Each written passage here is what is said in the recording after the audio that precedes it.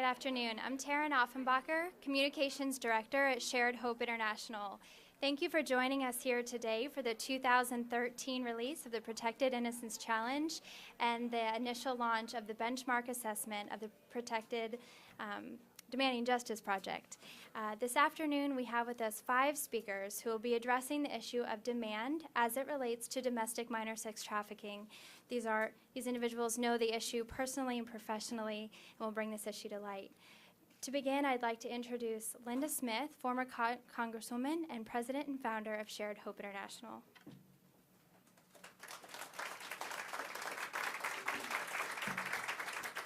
Well, thank you for coming into this room and standing packed like sardines. This is an exciting time. I'm just recalling 3 years ago when we released the first report card. And was done with a little trepidation because we had spent, I started to say, about $1 million, but a lot of money to dig down in the states into the 40, which is now 41 points of law we call the Protected Innocence framework of laws. And so the framework has 6 areas in it, and most of you know this, so it's like going back to grammar school, but for some that might not, we evaluate the laws, the 41 laws around criminalization of domestic minor sex trafficking, criminal provisions addressing demand, criminal provisions for traffickers, criminal provisions for facilitators, protective provisions for the child victims, and criminal justice tools for investigation and prosecution. Now, we started this in 2011. First one came out at the end of 2011. And the first year we saw 26 states with failing grades. That means under 50 points out of 100. Then in 2012, it was pretty amazing. We ended up with only 18 Fs. That's quite a move. And this year we only have 6 failing states. Now you say, why focus on the failing? Because I think it frames the great successes even more. I'm proud to say that 29 states raised their grade from 2012 to this year, and 8 of those states raised their grade 2 grades. Now the challenge to the states has been accepted. It's working. This year, 793 bills were introduced that relate to domestic minor sex trafficking in 48 states and D.C. 47 states passed 186 bills related to domestic minor sex trafficking, and 40 of those states enacted legislation specifically related to the Protected Innocence framework of laws. But I was wondering when we'd get to this day, and it has taken 2 years, but that's not so long, but I wanted to announce the states that got an A. And today I'm going to announce that 3 states got over 90 points, and they are A states: Washington, Tennessee, and Louisiana.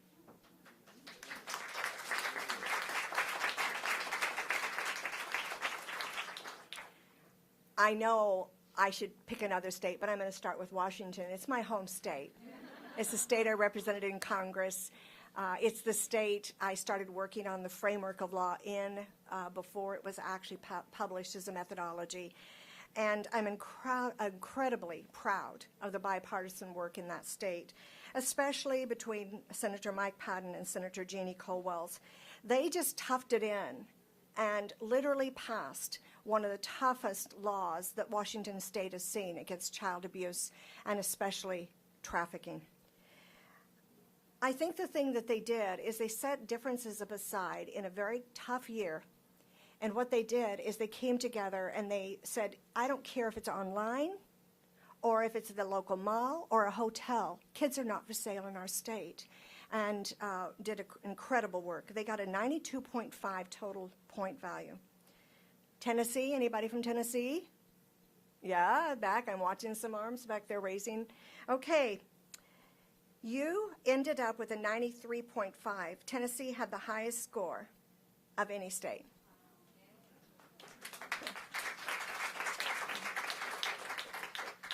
Now, I think it's important for you to know that this really was a statewide collaborative effort between nonprofits, the Tennessee Bureau of Investigation, and members of the General Assembly.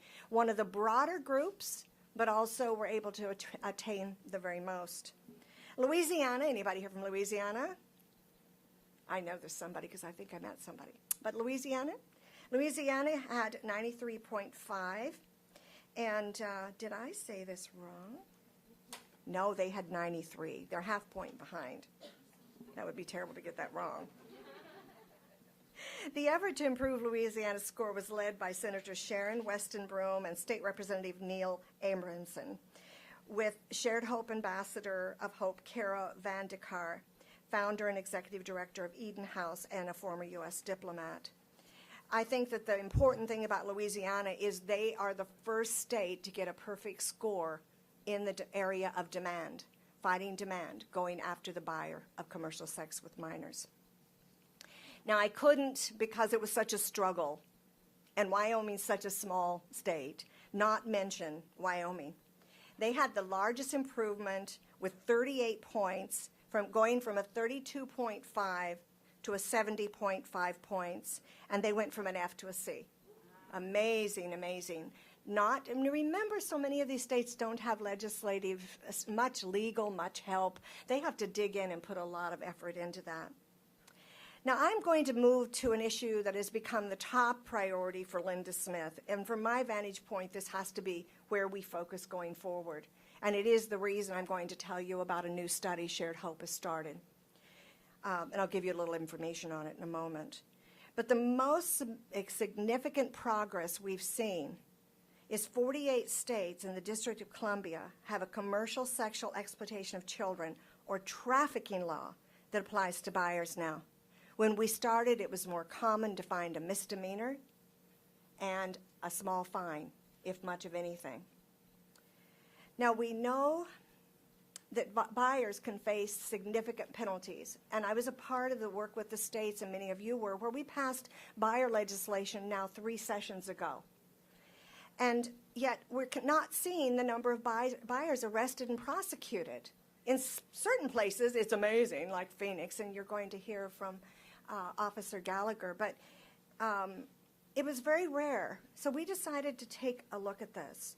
We have serious laws, but why aren't they being used? Or are they, and we just don't know? Well, we decided to launch the Demanding Justice Project to measure the criminal consequences for those who are arrested for buying or attempting to buy children for sex. Today, we're going to release the benchmark. That is the first level of the research. You can get that, but I'll give you a little bit of information on it. It has a 5-year window starting in 2008. What we did was a national desk review, found everything we could find that we could find from media, from local law enforcement, anything that was easy to find. So you can imagine there's a lot more we didn't find. So we found 407 arrested buyers who were identified in 48 states and D.C. In 166 cases, the initial charge was C-sex trafficking. In 48 cases, the final charge remained a child sexual exploitation of trafficking charge. Doesn't take you long to work down on that, does it? To realize we're not getting through those cases, even if they're identified. Though 48 states have a C-sex or trafficking law that pertains to buyers, and buyers were identified in 47 states, only 18 of those states had a federal or state C-sex or trafficking conviction. We're losing those cases somewhere in it. We need to figure out what's happening. And it could be the issue is just ripening. People are just getting to know.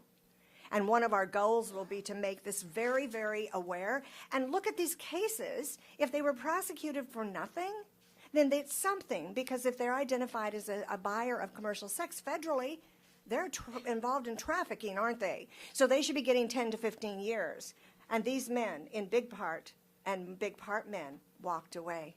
So today our panel and our speakers are focused on the issue of demand, not because we're forgetting restoration. Some of you this afternoon are here for the National Colloquium. They're coming together to find the best standards and the best applications and to share them. But we want to say, as committed as we are at Shared Hope International, to restoring these kids and to preventing trafficking. We also believe that we have to put an equal amount, and if not for a while, maybe even more focus on those that would consume the innocence of our children. Thank you.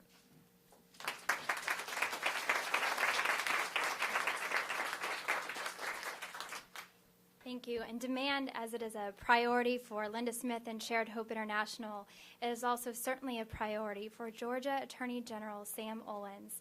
He led the strategic and incredibly powerful Georgia's Not Buying It campaign, and I would encourage you all to go online after the press conference and watch the video. It's wonderful.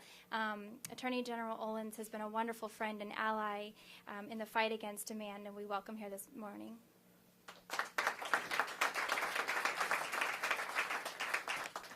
Good afternoon. I'm proud to be here today with this distinguished group of advocates and law enforcement as we fight to end sex trafficking. Just 3 years ago, I met Linda Smith at a conference for new attorneys general and found out about the issue I knew not. And it wasn't pretty, and as a result of that, I got engaged, and I'm pleased that my office and our state has gotten very engaged to combat modern-day slavery. Linda, of course, is one of the earlier crusaders, and many of us are now catching up with her. At the time, it was bad enough just to try and use the word sex trafficking, but to actually deal on the demand side was thought something that wouldn't happen for many years to come.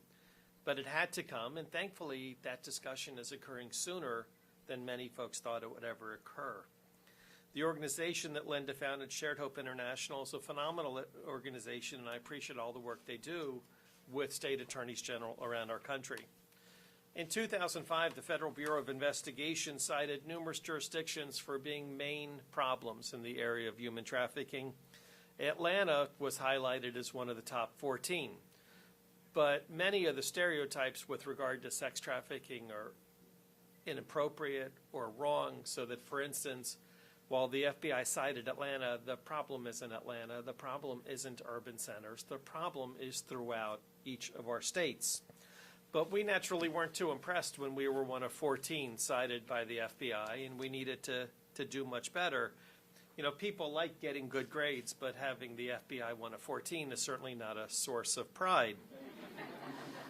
Now, one of the things that is a problem for us is, let's face it, we have the largest airport in the world. We have an amazing transportation system, so that feeds into this type of trafficking. So we needed to have partnerships, both state, local, and federal, in order to succeed. And we needed to have a really big education effort, because most folks still didn't know that a problem existed and didn't initially believe you when you would start discussing the issue. As we came forward in 2011 with a significant change in our legislation, the bill passed the House and we were fighting it in the state Senate. And there was an interesting story in the paper. There was a story about a family in Eastman, Georgia. I doubt many of you have heard of Eastman, Georgia. It's pretty rural. And there was a family in Eastman, Georgia that had a 14-year-old daughter. They also happened to have a 1998 minivan with a $298 per month car payment from the used car dealer. They decided it would be more efficient to provide their 14-year-old daughter to the used car lot manager than to make the $298 a month payment. So that was a major effect for our state when you showed not only was it rural as compared to urban, but that it was parents selling children rather than what the common perspective is of this problem. Eastman, by the way, has about 5,000 folks. It's hard to get smaller in that regard. And it made a huge effect. By the way, the used car dealer was 66 with the 14-year-old girl. Used car dealer got 8 years, dad got 8 years, mom got 10. I'm happy to say now in Georgia, the federal penalty is lighter than our state penalty. And in fact, earlier this year in Fulton County, there was a prosecution for a trafficker where he was given life. In DeKalb County, a trafficker was given 60 years. Now, he was also a little cocky. He actually made a video to teach other folks how to traffic children. And thankfully, we had that video, and that was able to be used at the trial to assist us in getting the 60 years. Before 2011, the minimum jail time was a year. Wholly insufficient. It's now 10.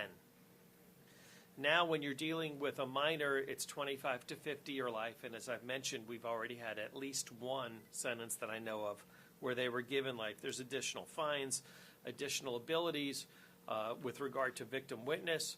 What's really important in our bill is that the age of the consent or knowledge of the age of the child is not a defense. So if you want to sit there and say, another thing we have similar to this is she looked 18, doesn't work in the courtroom. You can't even bring it up. It's out of play. So as a result, Georgia continues to move forward. We know we still don't have that A, but that's okay. Life is a process. And we're already working on a couple changes to our law. It's a B for those of you looking. As I see y'all stretching your necks, you know? It's not bad. It's a B. It's not, you know. But we can do better, and we already have things in play that we want to do. There's some bills in other states that have received praise that I still think are not really what they should be. For instance, the Ryla Wilson Act in Florida I still think is pretty minimalist, and we want to improve that in Georgia this session. We have 3 excellent U.S. attorneys. They work with the state prosecutors. We are all on the page together. Now, one of the issues with our bill in 2011 was training for law enforcement, and we had an issue last year on I-20, which is the road that pretty much goes to the coast, where a deputy sheriff and a state trooper stopped a vehicle for speeding.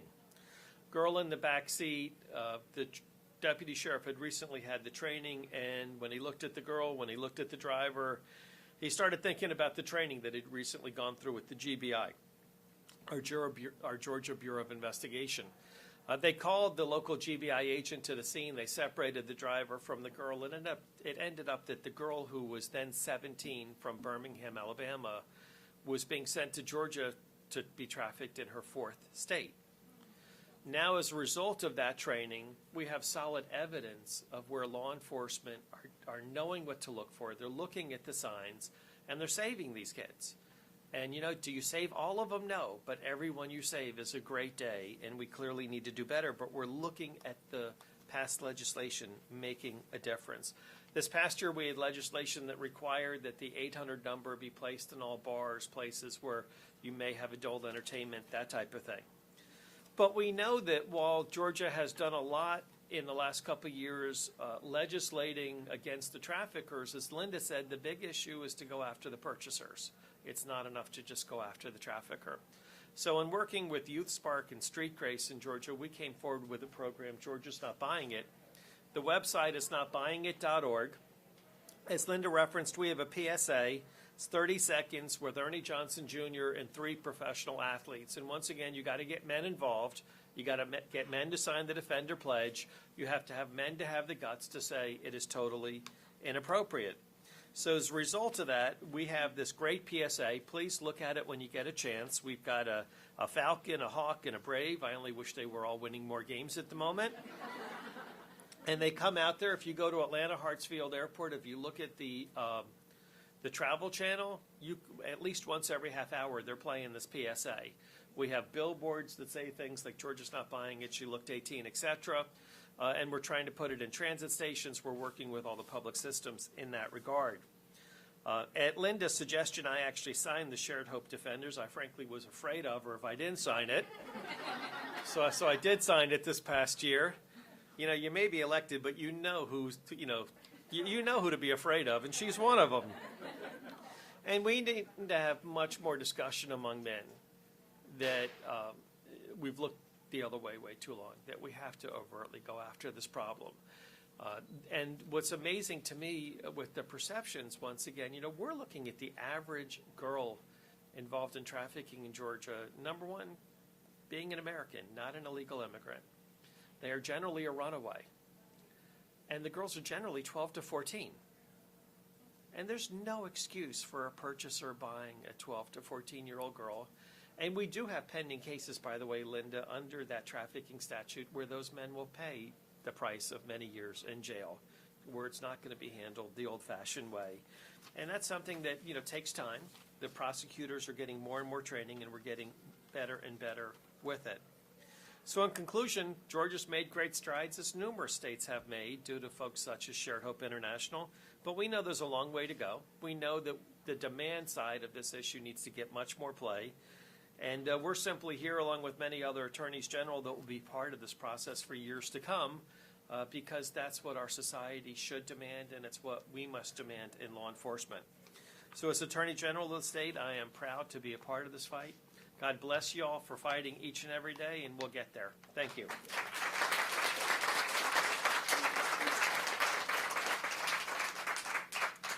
Thank you, General Owens. Our next speaker is someone who has been near and dear to the heart of Linda Smith and Shared Hope for several years. Stephanie Vu is a brave survivor, mother, wife, and student at Liberty University. Stephanie.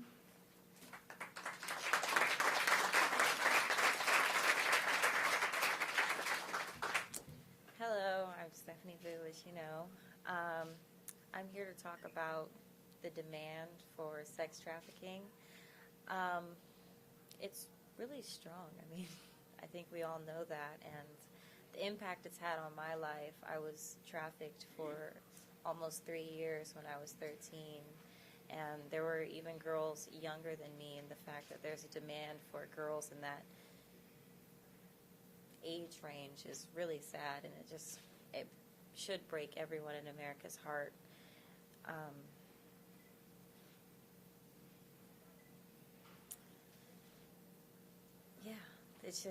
It's a strong demand, and we should all just do everything we can to fight it and keep fighting for those of you who aren't fighting. Like Linda, she was there the first time I stepped out of, I guess, the life, and she's been there this whole step of the way, and if it wasn't for people like her and Nancy and Kay, I would not be here. I'm a mom, a wife. I've got a full scholarship to Liberty University. So there is hope for change. It's just the dedication of people's heart to change and end this demand.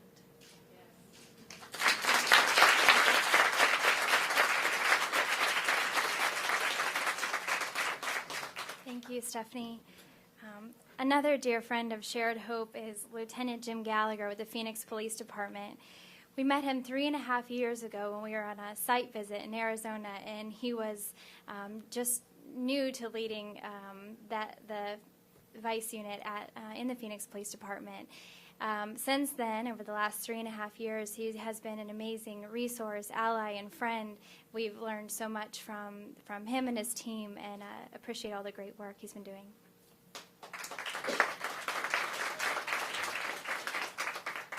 Thank you, Laverne. Hello. On behalf of the Phoenix Police Department Chief of Police Daniel V. Garcia, I would like to personally thank Linda Smith and her team at Shared Hope International for hosting this important conference and for giving the topic of demand the attention that it so deserves.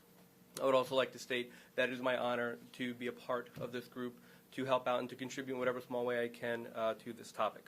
I want to talk a little bit about demand reduction from the law enforcement perspective and focus mostly on my own department.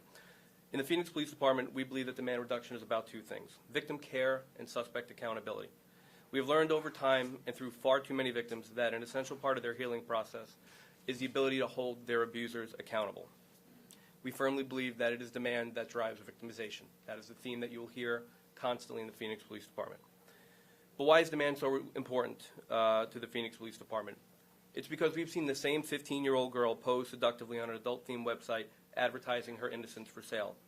It is because we've had to track down this same girl 3 times, finding each time that her physical, mental, and emotional health is declining rapidly due to her increasing drug habit that she tells you is to numb her to her circumstances. It is because on her last recovery she lunged for a gun and told us that she didn't care if she lived or she died at that point. And it is for this powerful reason alone that she gave us: I hate what these men make me do. Demand drives a victimization. It is for this reason that our demand reduction strategies are one of the key components to our response to domestic minor sex trafficking in the Phoenix Police Department. We have a 3-pronged approach, like many departments do. First and foremost, we rescue the victim. Secondly, we aggressively investigate and prosecute the trafficker. And third, we hold equally responsible the John. Without the demand for minor victims, this problem would not exist. Demand drives victimization. We have regular demand reduction strategies in the Phoenix Police Department, like many other departments across the country. We put on regular customer apprehension programs to let Johns know that there is always a chance that we're going to be on the other side of that hotel room or be in that car or be on that street when you try to purchase sex from an adult or a juvenile. We are also participating in very progressive demand reduction tactics. As many of you know, we participate in Operation Cross Country with the FBI, but we take it a step further. While the goal of that project is to identify and rescue minor victims, we put out ads looking to get the demand side as well. So during each time, we have a dual focus. Most importantly, in the Phoenix Police Department, we have Operation Heartbreaker, where we take drug tactics, the tactic of reversals, and then we lure in men that are looking for juveniles. And as some of you may know, I know Linda's well aware of it, we get very high-profile CEOs and founders of corporate entities, and we get prominent people in our community, and it doesn't stop us. It does not stop the strategy, because everybody should be equally responsible. Because this topic is so important to the Phoenix Police Department, we have been very fortunate to join with Arizona State University to develop a very innovative and unique research relationship through Dr. Dominique Rosepowitz, who is the head of the Sex Trafficking Intervention Research Office, of which I am a part.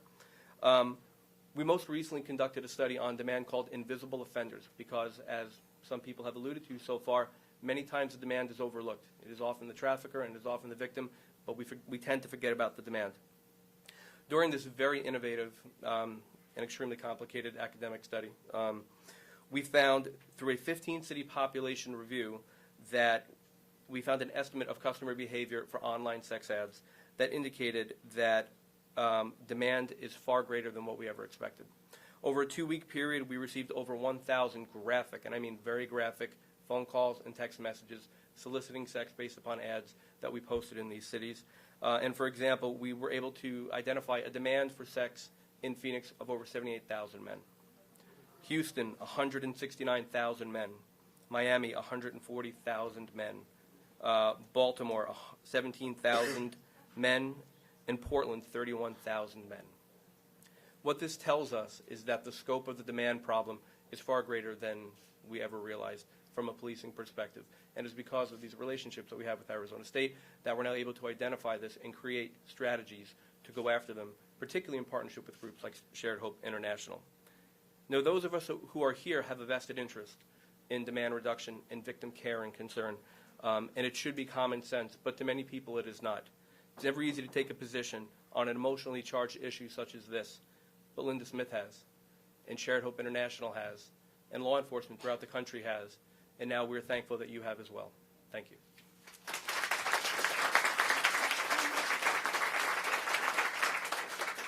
Thank you, Lieutenant Gallagher. Our final speaker this morning is passionate about the issue of demand, and she's passionate because she was a mother of a traffic survivor, and I think there's nothing more than a mother's love to make you so interested and engaged in combating this issue, and we applaud the efforts of our leadership and our law enforcement and NGOs, and look forward to hearing from Kubiki Pride. Thank you.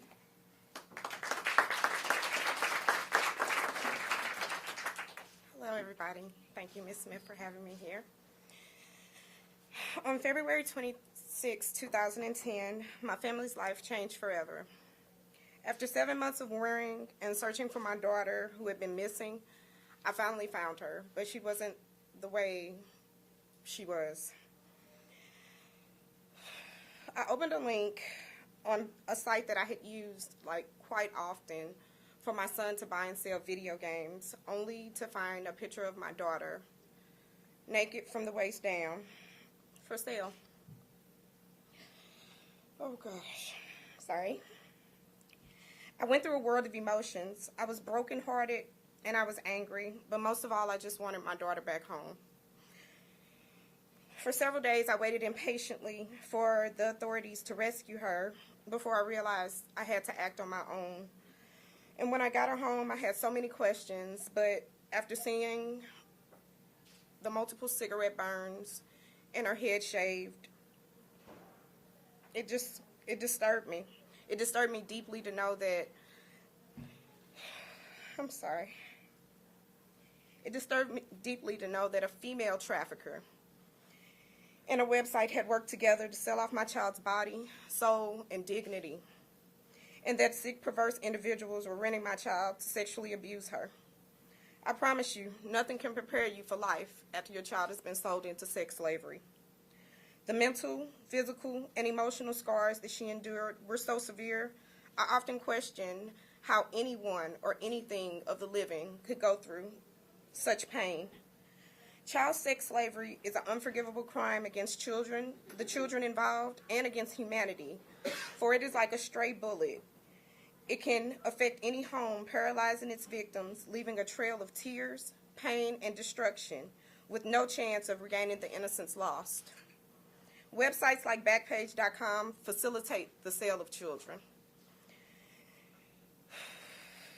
They abuse the Communication Decency Act to profit off the enslavement of their bodies. And these crimes have been modernized, so we no longer can look to the prehistoric laws that don't remotely relate to the world we live in presently.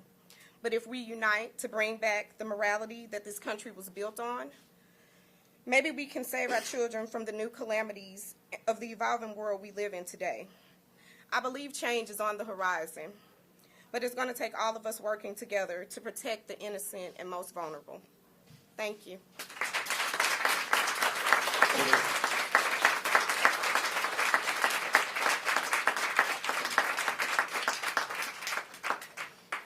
Thank you, Kubiki, for being here. She has a powerful and important message, and I want to thank you all for joining us for the 2013 Protected Innocence press release. I have just want to remind you that the conference this next 3 days will be shared on Twitter and Facebook on the hashtag Sharing the Hope. So anything that you hear here today, we hope that you will share so that others can understand and learn from what we're doing here this week. And thank you so much to all of our speakers for being here. To conclude, we have been working, as Linda said, on the Demanding Justice Project because it's incredibly important to Shared Hope, as I know it is to each of you, that we work together to combat this issue. And so the next 5 minutes we'll be playing the promotion video for this new project. Thank you.